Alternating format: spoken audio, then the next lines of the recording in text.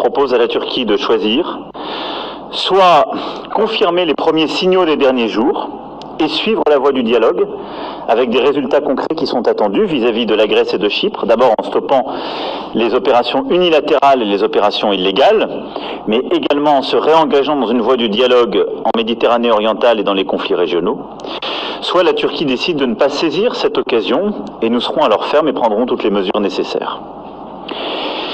C'est dans le même esprit que nous avons avancé sur la Biélorussie. Après le Conseil exceptionnel du mois d'août, nous avons enfin pu adopter des sanctions contre 40 personnes responsables des fraudes électorales et de répression. Ces mesures de sanctions étaient indispensables et elles conduisent à mettre la pression en continuant à appeler la Biélorussie à accepter une médiation de l'OSCE, reconnaître la société civile et toutes les oppositions et permettre une transition pacifique. Nous avons aussi pu faire un point sur la situation en Nagorno-Karabakh. Je l'ai évoqué en début de conseil publiquement et je répondrai à toutes vos questions sur ce point.